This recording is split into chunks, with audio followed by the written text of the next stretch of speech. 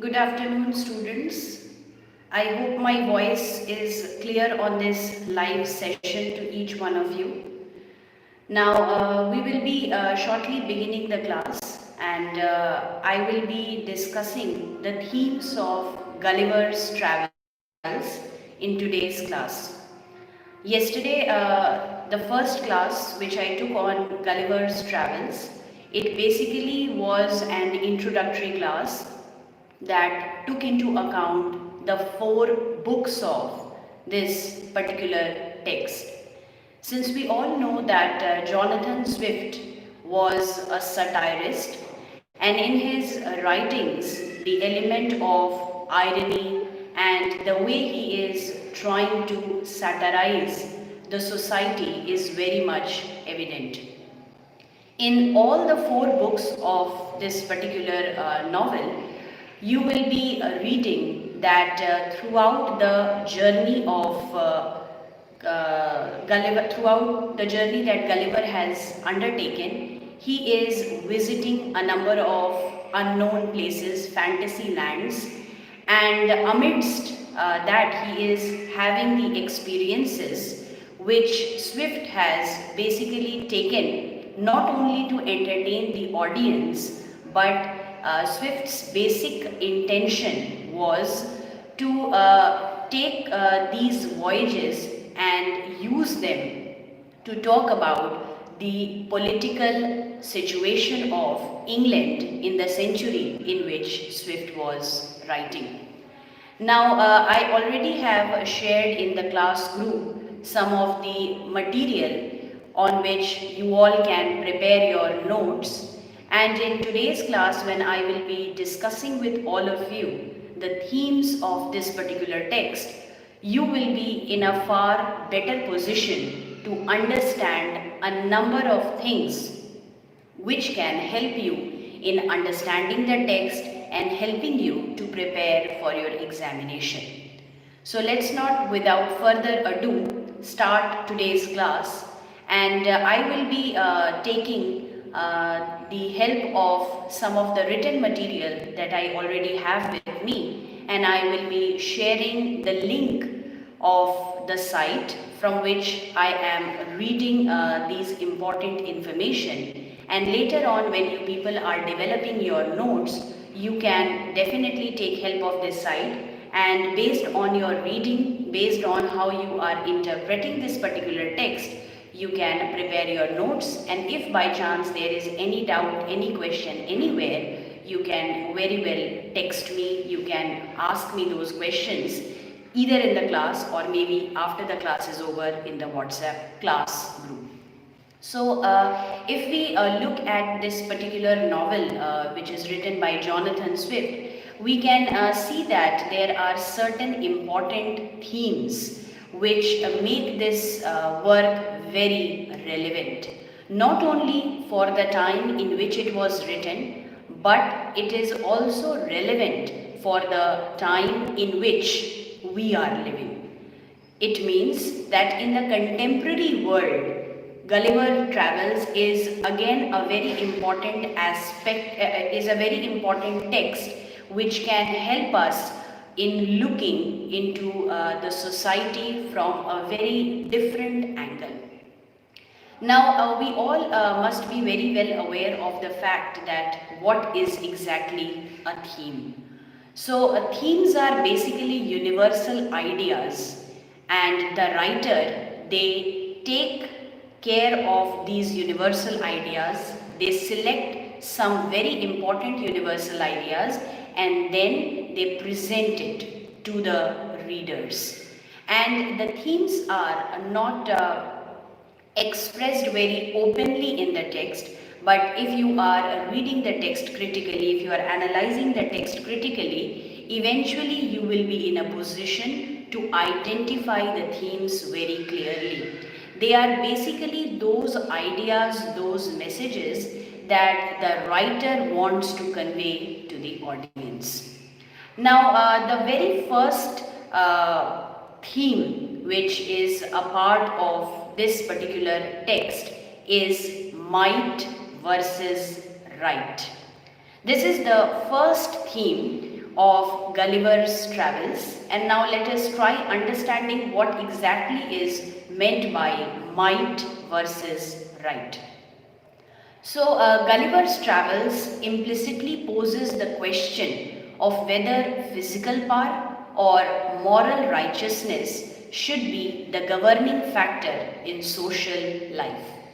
Gulliver experiences the advantages of physical might both as one who has it and as a giant in Lilliput where he can defeat the enemies who are living in the neighboring land of Blefuscu.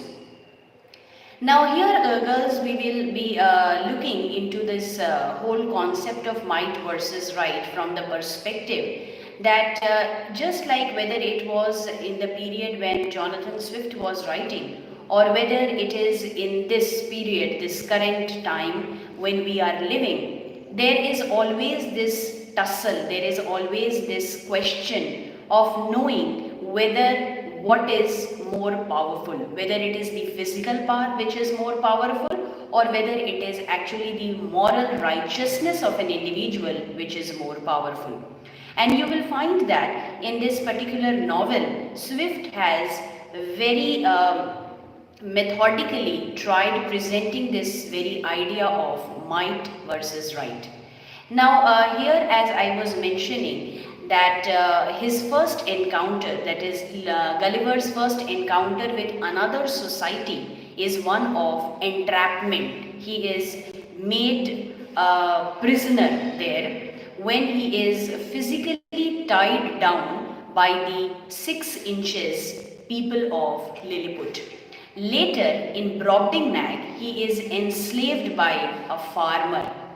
He also observes physical force uses against others as with Wynnum's chaining up the Yahoos in book 4.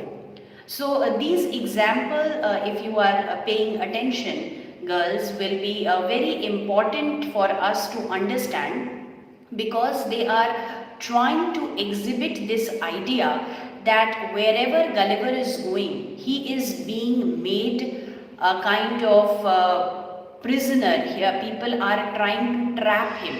This is what is meant by the will or they are actually exercising the power. They are trying to actually have a hold on Gulliver. And even in the 4th voyage where we are meeting the Wynnums, we find that the Yahoos, which are very similar to the human beings, but they are presented in a very despicable manner. They are basically the ones who are chained by Wynnums. So this is basically an example of exercising the physical prowess on the people or on the animals or on those who are weaker than us.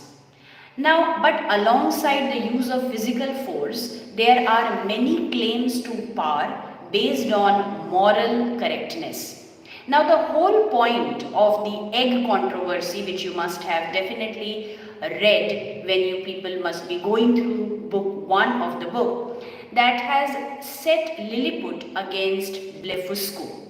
It is not merely a cultural difference, but instead a religious and moral issue related to the proper interpretation of a passage in their holy book. Now, this difference of opinion seems to justify in their eyes at least the warfare it has sparked. Similarly, the use of physical force against the Yahoos is justified for the Wynnums by their sense of moral superiority. They are cleaner, better behaved, and they are represented as more rational. So we can very well see that when Swift is basically talking about the physical concepts or when he is talking about the concept of moral righteousness, he has given us ample examples, he has given us a number of things which actually justify this particular theme, which happens to be the first theme of this novel. Further, girls, we see that the overall effect of the novel tends to show that claims to rule on the basis of moral righteousness are often just as arbitrary as and sometimes simply disguises for simple physical subjugation. The Laputans, whom we meet in the third book of this particular novel, the Laputans keep the lower land of Balni Barbi in check through force because they believe themselves to be more rational.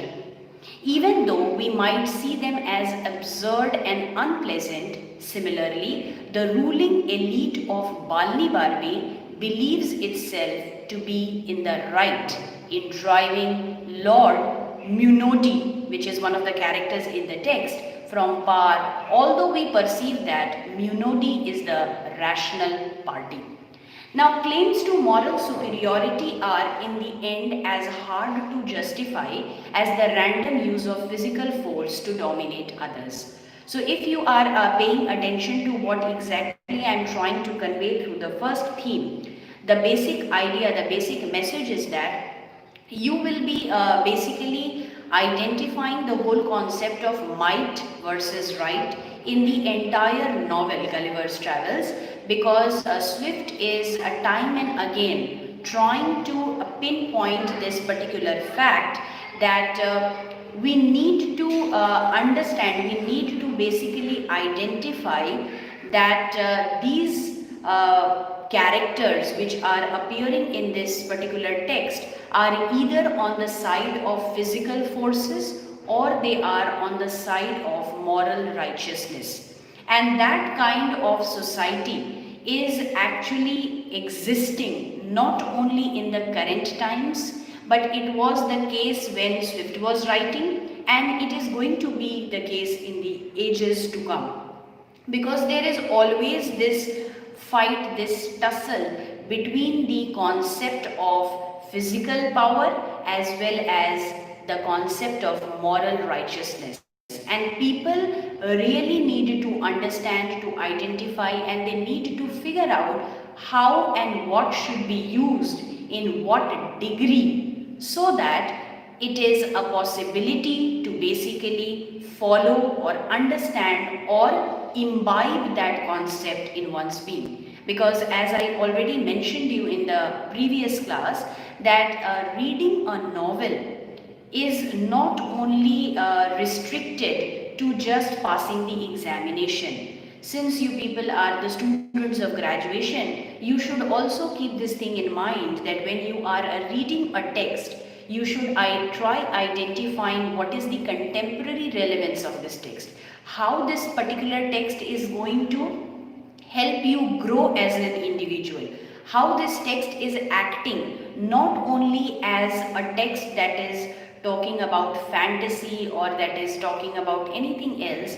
but how it is basically created, how it is basically working, so that we can actually relate to it from the point of view of how you and I are seeing or reading this text in the contemporary perspective. Now, the next theme that I am going to take with all of you is the individual versus society.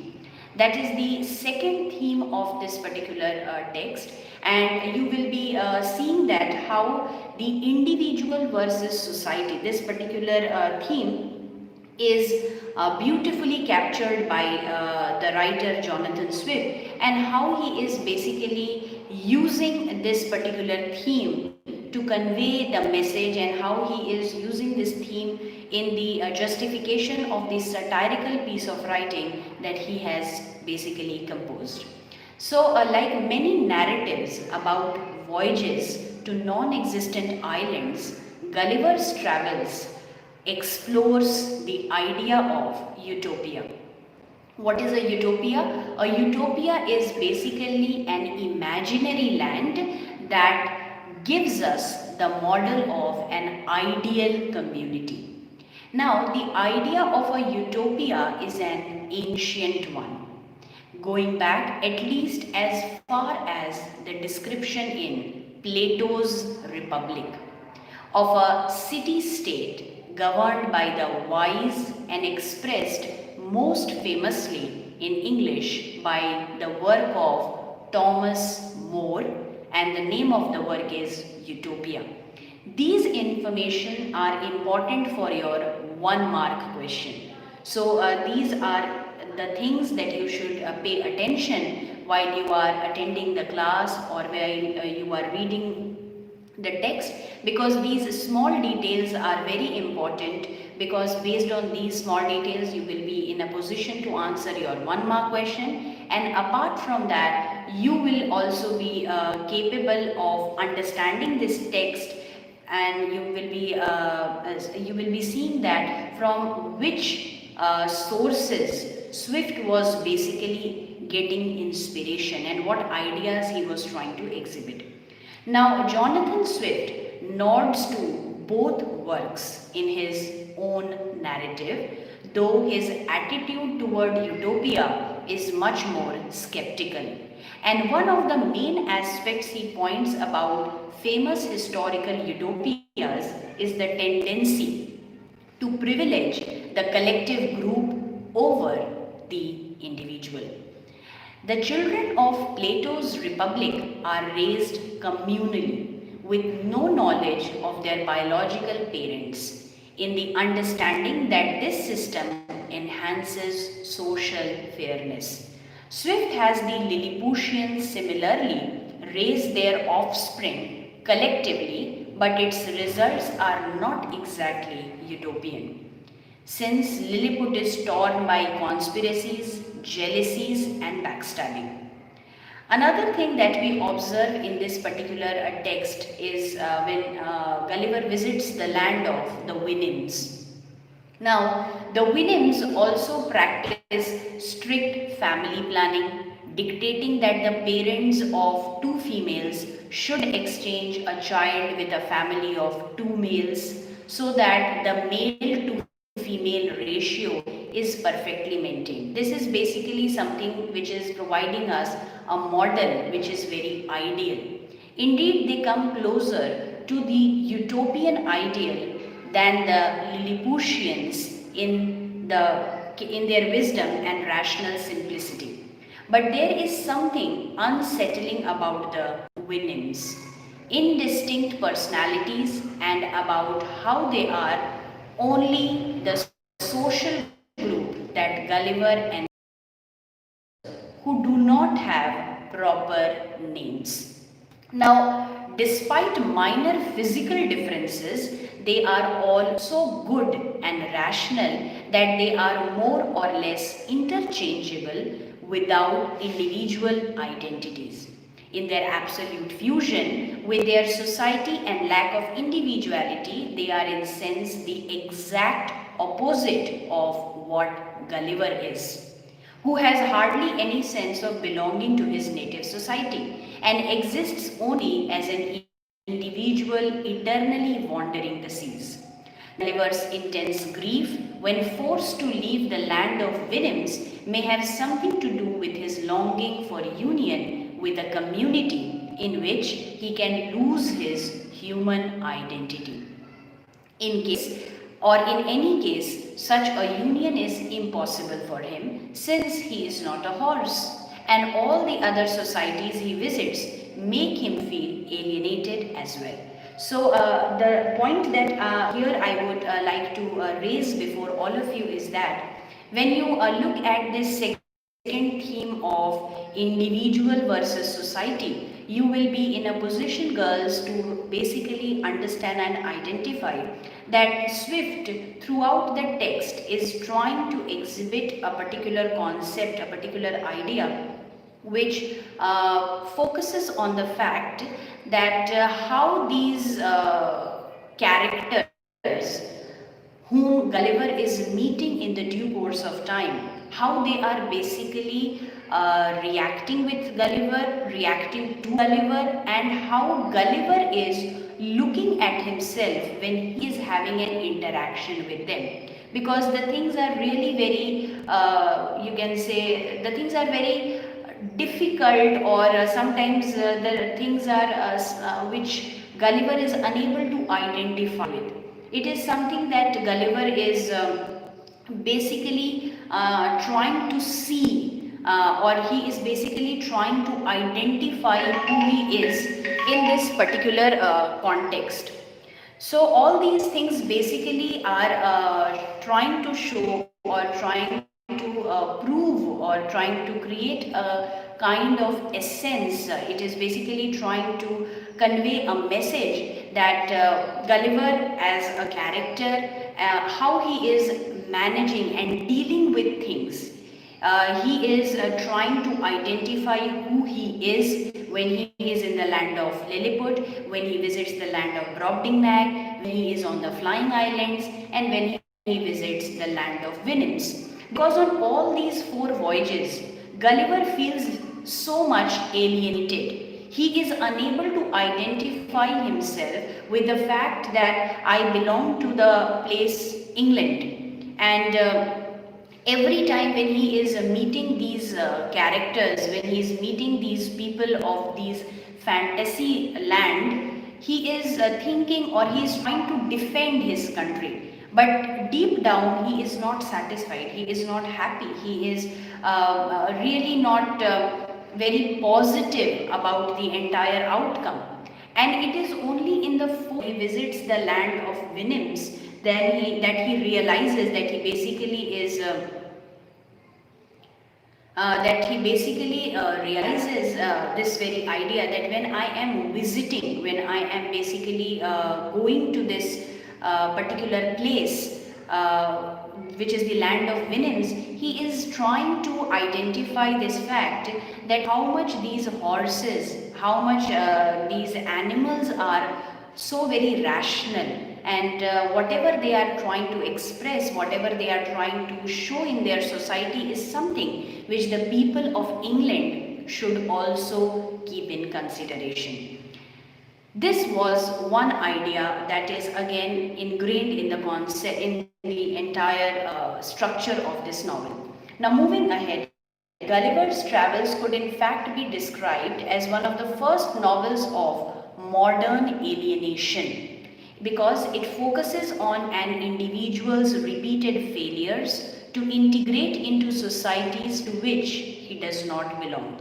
And many a time this problem is faced by you and me also. That we are a part of society, but many a time we think that our individual identity and our individual consciousness, our individual awareness, our thought process, us or detaching us from the society at large. Now, here focusing on an individual's repeated failures to integrate into societies to which he does not belong. This is what I just mentioned, that we are trying to integrate ourselves in this particular society, but because of so many problems, so many issues that we have with our own identity, we are not able to integrate with this society. England itself is not so much of a homeland for Gulliver, and with his surgeon's business unprofitable, his father's estate insufficient to support him, he may be right to feel alienated from it. He never speaks fondly or nostalgically about England, and Gulliver never complains explicitly about feeling lonely, but the embittered and anti-social misanthrope we see at the end of the novel is clearly a profoundly isolated individual. Thus, if Swift's satire mocks the excesses of communal life, it may also mock the excesses of individualism in its portrait of a miserable and lonely Gulliver talking to his horses at home in England.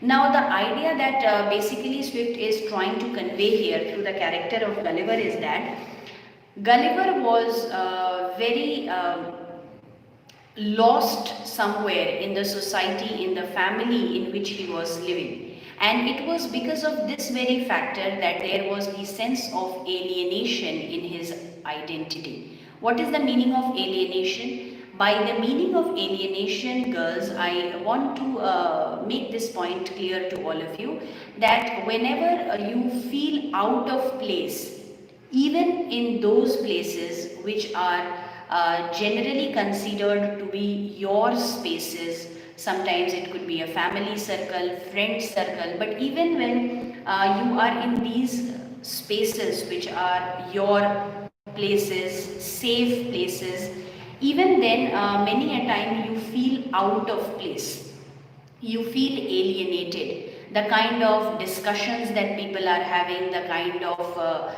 things, yes, isolation is right, what Kajal has mentioned. A kind of separation is constantly observed here, and we try finding out meaning, we try locating ourselves, and sometimes it becomes very, very difficult to actually live in a society where you feel alienated, where you don't feel that you belong to this place.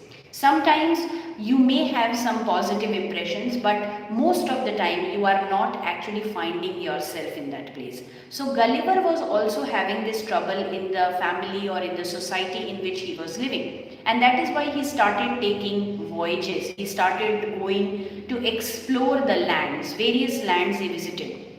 And even there was this sense of isolation that was constantly running throughout his life.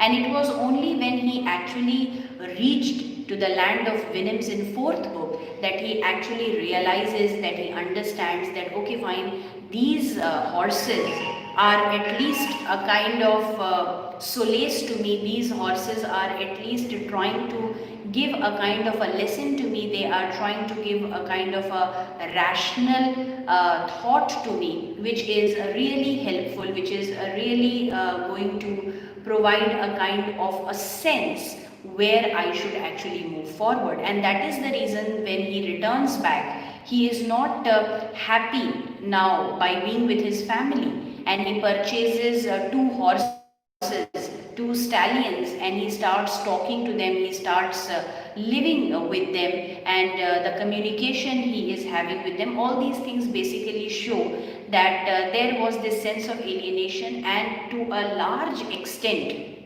it was because the society was unable to accept or actually check on the kind of personality Gulliver actually was. Or there are many people who are like the character of Gulliver. So basically the second theme, if you have paid attention in the class, is basically trying to talk about this very concept of individual versus society. And this is a fight which was, which is, and which will continue to be. We are living in a society. We are rational human beings. We are living in a society. We are social animals. But many a time we also find that we do not belong to a specific place. And at those junctures, it becomes very important, it becomes very pertinent that we need to basically either figure out how to move ahead, or either we have to leave those societies. So that tussle is always ongoing, which to a very large extent is even reflected in this particular text. Now the next theme, which is the last theme for this particular text, is the limits of human understanding. Now, just like I have already mentioned that my this lecture is basically designed on some of my readings which I have done, and specifically there is a site and the link to which I will be sharing with all of you in the class group shortly after the class. And you will find out that apart from these broader themes, if there are other themes that you are finding in between, you can very well prepare your notes based on that. These three themes are the broader themes, and based on these broader themes, the entire text of the novel is basically structured. So now let me focus on the last theme of this particular text, and that is the limits of human understanding. So the idea that humans are not meant to know everything, and that all understanding has a natural limit, is important in Gulliver's travels. Swift singles out theoretical knowledge, in particular for attack. His portrait of the disagreeable and self-centered Laputans who show blatant contempt for those who are not sunk in private theorizing is a clear satire against those who pride themselves on knowledge above theorizing or above anything else. Practical knowledge is also satirized when it does not produce results, as in the Academy of Balni Barbi in the third voyage, where the experiments for extracting sunbeams from cucumber amounts to nothing. Swift insists that there is a realm of understanding in which humans are simply not supposed to venture. Thus, his depictions of rational societies like Brobdingnag and Winim's land of Winims emphasize not these people's knowledge or understanding of abstract ideas, but their ability to live their lives in a wise and steady way. The Brobdingnagian king knows shockingly little about the abstractions of political science, yet his country seems prosperous and well governed. Similarly, the Winims know little about arcane subjects like astronomy, though they know how long a month is by observing the moon. Since that knowledge has a practical effect on their well-being, aspiring to higher fields of knowledge would be meaningless to them and would interfere with their happiness. In such context, it appears that living a happy and well-ordered life seems to be the very thing for which Swift thinks knowledge is useful. Now let me a little bit explain about this particular point that I just read out before you. That when we are talking about limits of human understanding, we should actually understand that human beings, they cannot have the knowledge of everything in one life. It is an impossibility, and there is certain limits that is to be followed. Otherwise, sometimes when we are like too much concerned, or sometimes we are like in a blind race to acquire as much knowledge as is possible, we will actually realize that this race is actually taking us nowhere. Now Swift here is trying to represent a number of things in this particular novel, and he is basically trying to put a comment that some kind of limitation is required as far as the domain of knowledge is considered or concerned, because sometimes if you will go beyond that, maybe you will lose the basic essence, maybe you will lose that concept of understanding or acquiring knowledge to create a better life version. Because we all know that the more educated you will become, the more critical you will become, the more analytical you will become. And sometimes what happens that with this critical perspective, with this analytical perspective, many a time we lose the real essence of life. We actually lose the value of life, which is really sometimes badly required. That we should not actually become so very critical, so very analytical on every aspect, that the whole beauty of life, the whole fun and essence of life gets lost somewhere. Now Swift here emphasizes the importance of self-understanding, and Gulliver is initially remarkably lacking in self-reflection and self-awareness. I will come to this point after I just finish reading out this particular complete paragraph. He makes no mention of his emotions, passions, dreams or aspirations, and he shows no interest in describing his own psychology to us. Accordingly, he may strike us as frustratingly hollow or empty, though it is likely that his personal emptiness is part of the overall meaning of the novel. By the end, he has come close to a kind of twisted self-knowledge in his deranged belief that he is actually a Yahoo. His revulsion with the human condition, shown in his shabby treatment of the generous Don Pedro, extends to himself as well, so that he ends the novel in a thinly disguised state of self-hatred. Swift may thus be saying that self-knowledge has its necessary limits, just as theoretical knowledge has. And that if we look too closely at ourselves, we might not be able to carry on living happily.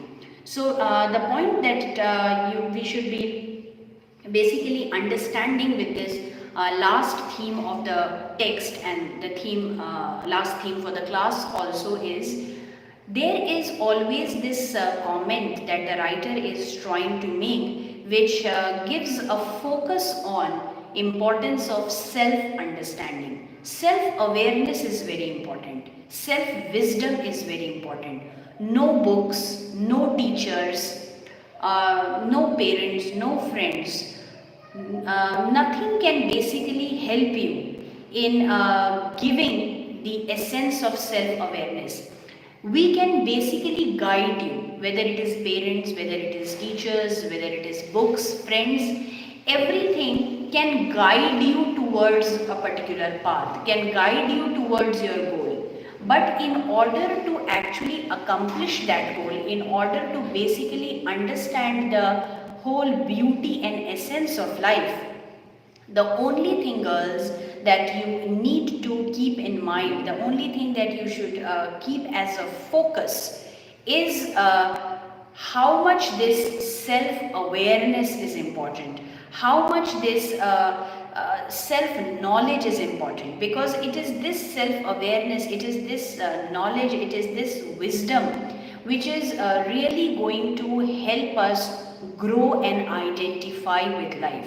Because if we will be identifying with life, then only we can live it. Otherwise, life will go on one track and we will go on another track. And it will be a complete loss. And we only get one human life. So it is really very important, it is really very pertinent that we actually experience the life in the best possible way.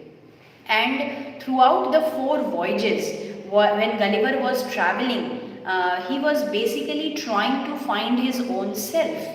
There was no sense of self-reflection or self-awareness in Gulliver from the very beginning. And all the voyages that he takes in this entire novel, they are basically a journey which he is trying to take in order to know who he is. Because that sense of identity, that sense of who you are, your being, that essence is very much reflected there. And there is always a kind of emptiness existing if we are not practicing self-reflection or self-awareness, because this wisdom is really needed to live our life, because life will give you different types of experiences. For example, in this COVID era, we are really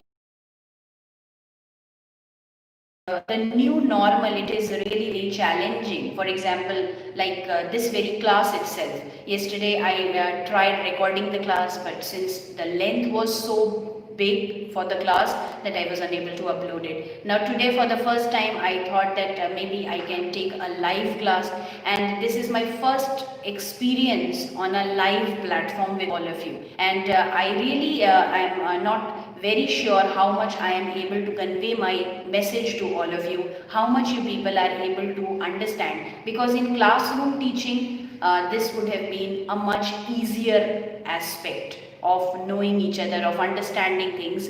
But now with this new normal, we are trying to adjust with things. And in all these endeavors, self-reflection, self-awareness becomes a mandatory thing. So even with Gulliver, when he visits the land of Venice in 4th book, he realizes that this self-awareness is really needed, because when he looks at those animals, the horses, he realizes that they are far more rational and they are far more practical in comparison to the human beings. So if you will be reading the novel now, and if you are midway when you are completing the novel, when you will read these themes, you will not only be in a position to understand the novel in a better way, but now when you will be writing down your answers, when you will be preparing your notes, these themes will really prove to be of help to each one of you. So with this, I will now end the class for today, and I will be sharing the link of these themes shortly in the WhatsApp group of the class. From there you can take down your notes, and I just hope I was able to convey the idea that I wanted to through this particular live session. So thank you for joining the session. However, only 46 girls attended the class today, but that's okay, fine. Maybe in the future classes we will be attending the class in a good number, and we will be meeting now on Thursday at 10 a.m. So thank you once again to one and all. Have a good day.